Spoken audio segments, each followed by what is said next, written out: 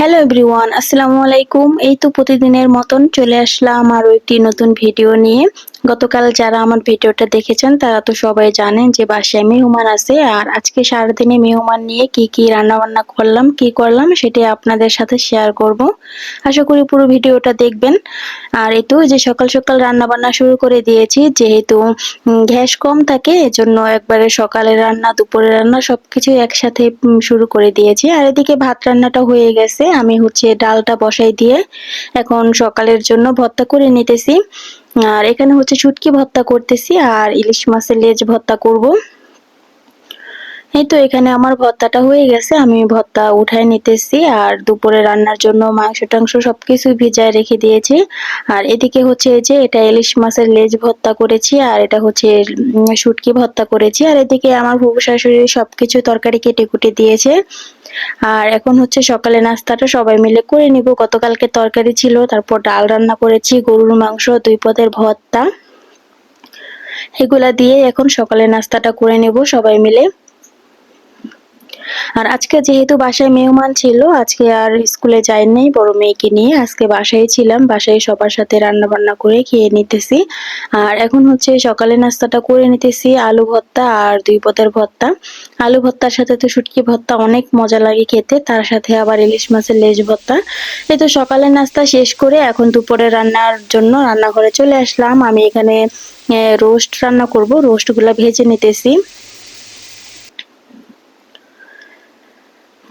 আমার রোস্ট গুলা ভাজা হয়ে গেছে। আমি অনেক কিছুই আজকে রান্না করব, তবে সবকিছু আর শেয়ার করতে পারবো না। বাসায় মেহমান থাকলে ভিডিও করা হয় না, আর ভিডিও করতেও যেন কেমন লাগে, এজন্য আর সবকিছু ভিডিও করা হয় না। তাড়াতাড়ি রান্না বান্না করে তাড়াতাড়ি কাজ টাজ করা হয়, এজন্য আর ভিডিও করা, যতটুকু ভিডিও করেছি ততটুকুই আপনাদের সাথে শেয়ার করব।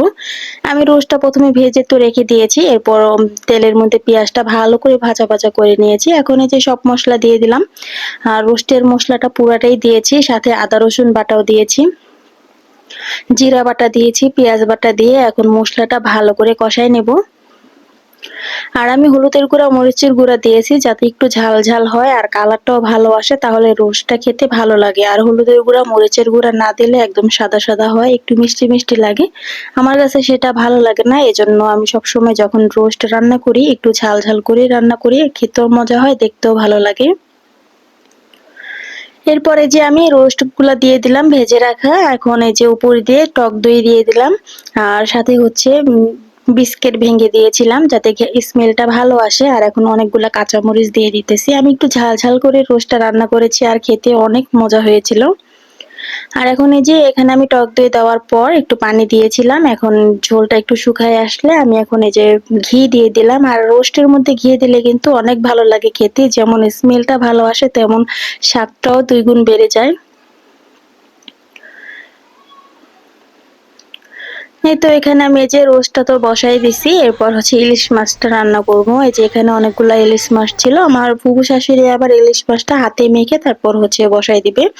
এখানে এই যে সবকিছু কেটে কুটে পরিষ্কার করে ধুয়ে দিতেছে, আর আমি হচ্ছে রান্না করে নিতেছি। এরপরে যে ফুফু ইলিশ মাছের তরকারিটাও বসাই দিল। আজকের ইলিশ মাছটাও অনেক মজা হয়েছিল, কলা দিয়ে ইলিশ মাছটা রান্না করেছে। আর কলা দিয়ে ইলিশ মাছ এমনিতেও অনেক মজা লাগে খেতে। এই তো আমি তো এখানে ইলিশ মাছটা বসাই দিয়ে আরেক চুলায় পোলাওটা বসাই দিছি। এই তো এদিকে হচ্ছে পোলাও রান্না করে নিতেছি। আর আমার হাতের পোলাওটা অনেক মজা হয়, একদম পারফেক্ট একটা পোলাও রান্না হয়, ঝরঝরা হয়। আর এদিকে ইলিশ মাছটাও হয়ে গেছে, দেখতে যেমন সুন্দর হয়েছে খেতে কিন্তু অনেক মজা হয়েছিল ইলিশ মাছের তরকারিটা। এরপর ইলিশ মাছটা নামাইয়ে তারপর হচ্ছে গরুর মাংসটা বসাই দিছি। গরুর মাংসটাও বলক চলে আসছে, প্রায় হয়ে গেছে, আমি এখন ছাক বাটা দিয়ে দিতেছি, এরপর জিরার গুঁড়া দিয়ে নামাই নিব। গরুর মাংসটা সেদ্ধ হয়ে গেছে, আর দেখতেই পারছেন কালারটা কিন্তু অনেক সুন্দর এসেছে, আর গরুর মাংসটাও খেতে মজা হয়েছে। আসলে সব রান্নাই যদি ভালো করে রান্না করা হয়, মন দিয়ে ভালোবেসে রান্না করা হয়, তাহলে সব রান্নাই মজা হয় খেতে। এরপরে যেখানে আমি মাংসটা তো বসাই দিছি, মাংসটা প্রায় হয়ে গেছে, আমার রান্নাও প্রায় শেষ। এরপর হচ্ছে মারিয়ামের বাবা দোকান থেকে চলে আসছে, এখন মারিয়ামের বাবা ভাত খেয়ে নেবে, এরপর তো দোকানে চলে যাবে। আর এদিকে যে মারিয়ামকে আর আমার বড় মেয়েকে ও দাদি গোসল টোসল করাই রেডি করাই দিছে।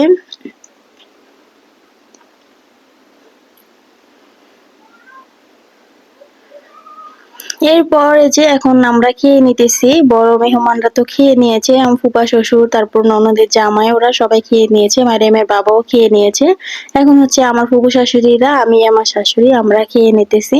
আর আজকে প্রথম থেকে আর ভিডিও করা হয় নাই, যে রান্না করেছি তারপরে তার কোনো ভিডিও করাই হয় নাই। এখন খেতে বসছি, এখন একটু ভিডিও করে নিতেছি।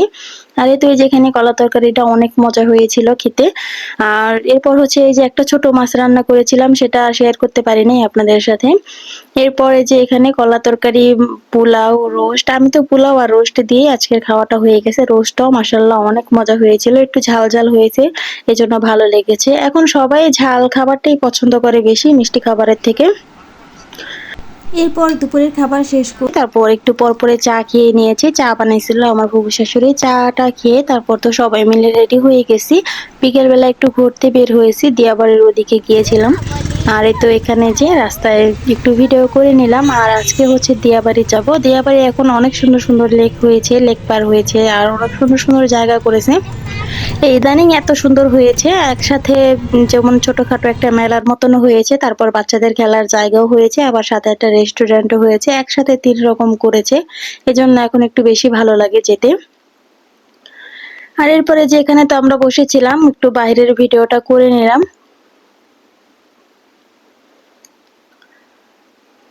আর আমার মেয়েরা তো অনেক খুশি, ওরা হচ্ছে ঘুরতে বের হলে অনেক খুশি হয়ে যায়, যেটা বলার মতো না। ওদের খুশি দেখলেও এমনিতেই মন চায় যে ওদের নিয়ে একটু ঘুরে আসি। এরপর তো এই যে চলে আসলাম, আর এসে এই যে বললাম এটা ছোটখাটো একটা মেলার মতন, যখন যার যেটা মন চায় সেটাই কিনে নিতে পারবে, সবকিছুই আছে এখানে। আর এখানে যে মাটির সবকিছু অনেক সুন্দর সুন্দর জিনিস ছিল এগুলা। তারপরে যে মেলার মধ্যে কিছুক্ষণ ঘুরে তারপর বাচ্চাদের নিয়ে আসলাম এখানে, যে এটা হচ্ছে ওরা কিছুতে উঠলে ওদের ভালো লাগবে।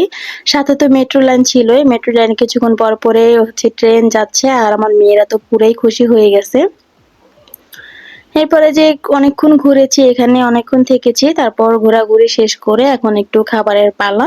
এখন এই যে মোমো খেয়ে নিতেছি সবাই মিলে। মোমোটা মোটামুটি লেগেছে, তবে বাসায় যে বানাই সেটা আরো বেশি ভালো লাগে খেতে।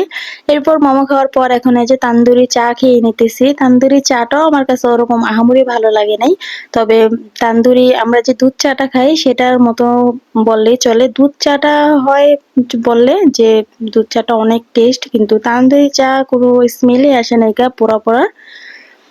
যাই হোক, তারপরে এই যে চাটা খেয়ে তারপর হচ্ছে আবার বাসায় চলে যাব, কি করব আর, সন্ধ্যা হয়ে গেছে আর আমার ছোট মেয়ে তো ঘুমায় গেছে। আর যেহেতু আসছি সেই বিকেলে, ও তো প্রতিদিন বিকেলবেলা ঘুমায়, আর আজকে তো আর ঘুমাইতে পারে নাই, আজকে এই যে খেলছে। এই তো আজকের ভিডিওটা এ পর্যন্তই। আল্লাহ হাফেজ।